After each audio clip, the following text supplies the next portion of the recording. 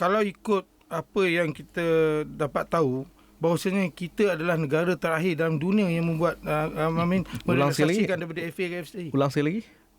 Negara terakhir dalam dunia, because kita tak ada rekod daripada negara Afrika. Kita ada negara Afrika. Tapi yang the latest sebelum kita adalah Myanmar. So agak malangnya, so kita jadi negara yang terakhir lah selepas Myanmar. Jadi kita nak dengar reaksi untuk FA ya. Hampa tunggu Ustaz. Jangan kalau nak buat logo lah, nak tukar nama lah. Hampa dengar ni apa yang Datuk Windsor ni. Datuk Windsor ni bukan orang biasa-biasa. Datuk Windsor ni Setiausaha Agung AFC. Okey. AFC apa dia? Asian Football. Okey, yang jaga Asia ni bola dia jaga. Kepada yang tak tahulah, maklumlah Kabinet Bola Sepak Malaysia ni kan selalu tukar. Jadi jom kita saksikan. FM macam terbeban. Tetapi kalau FM tak buat, kita akan jadi nombor 8 tahun lah. Kita akan lengkapkan angka kita duduk saja ni lah. Tak, kalau tak boleh buat perubahan ni, tahun 2021 perlesenan FM tak diiktiraf oleh AFC. Itu dia punya konsekuensnya. Hampa main lah tapi aku tak iktiraf. Tak boleh iktiraf. Jadi sekiranya contoh macam juara Liga tahun ni nak main di AFC, dia harus terus meminta lesen daripada AFC. Tidak melalui FAM. Dia boleh apply ke AFC, tak ada masalah. Tapi kehilangan memberi lesen tu adalah satu perkara yang memalukan. Tidak pernah mana-mana Persatuan Bola Sepak Kebangsaan hilang peluang untuk memberi lesen kepada kelab-kelab. Ini adalah satu konsekuens je lah. Kalau tidak dapat dilakukan tahun ini, maka tahun depan FAM tidak akan diberi lesen untuk memberi lesen. Okey, jelas. Dia tak cakap orang putih pun dah jelas lah. Dah faham dah. Cizah. Ya. Itulah dia. Inilah risiko dia. Bukan main-main mana. Pasal ini adalah arahan daripada FIFA membawa kepada AFC, dan FM kena ambil benda ni serius, dan termasuk juga pada FA. Pasal apa yang kita nak adalah satu perubahan yang drastik, dan saya rasa ini untuk kebaikan, Ban. Kalau kata kita masih lagi membiarkan ataupun membenarkan FA yang akan menjaga ataupun bermain untuk Liga Malaysia, so perubahan tu kita tidak akan nampak.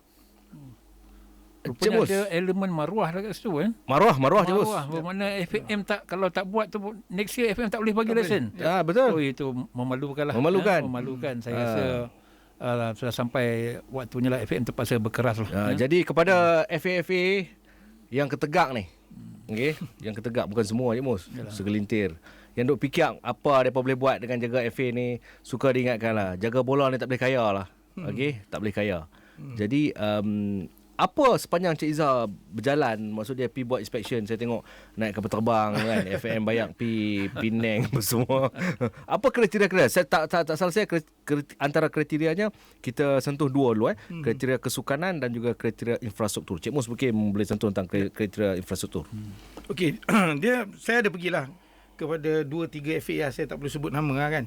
So ada yang kita sedihnya apabila kita pergi ke FA tu dah berusia 100 tahun. Ada yang FA yang berusia lebih pada 100 tahun. Tapi apa yang kerisauan yang mereka ada sekarang ni, apabila kelab tu ataupun pasukan tu kena seolah-olah diambil. So seolah macam mereka kata mereka tak ada tugas selepas ni. Sedangkan untuk pengetahuan FA tugas mereka sebenarnya banyak. Tapi oleh kerana mereka hanya memikirkan untuk menjaga pasukan tim Liga ataupun Liga Super ataupun Liga Premier, tapi tugas-tugas lain yang hakiki mereka tidak dapat lakukan kerana kekangan masa tu lebih kepada fokus ataupun sibuk untuk menjaga pasukan Liga Super ataupun Liga Perdana. Sedangkan mereka ada berbagai lagi tugas-tugas yang lain untuk FA kan, grassroots, referee courses, coaches courses kan, bola sepak pantai, bola sepak wanita, apa semua banyak benda yang mereka urus, futsal dan sebagainya tu. Tapi oleh kerana mereka kesibukan disebabkan jaga Liga Super dan jaga Liga Premier, pasukan Liga Premier, itu yang mereka dah abaikan tugas-tugas hakiki mereka. Okey. Dan lagi satu yang paling penting adalah seolah-olah mereka ingat mereka hilang kepada privilege untuk pasukan Liga Super ataupun Liga Premier. Itu yang mereka fikirkan. Okey, kalau kita lihat daripada kriteria, tak salah saya ada 7 ke 8 kriteria yang perlu di-fulfill oleh FC ni.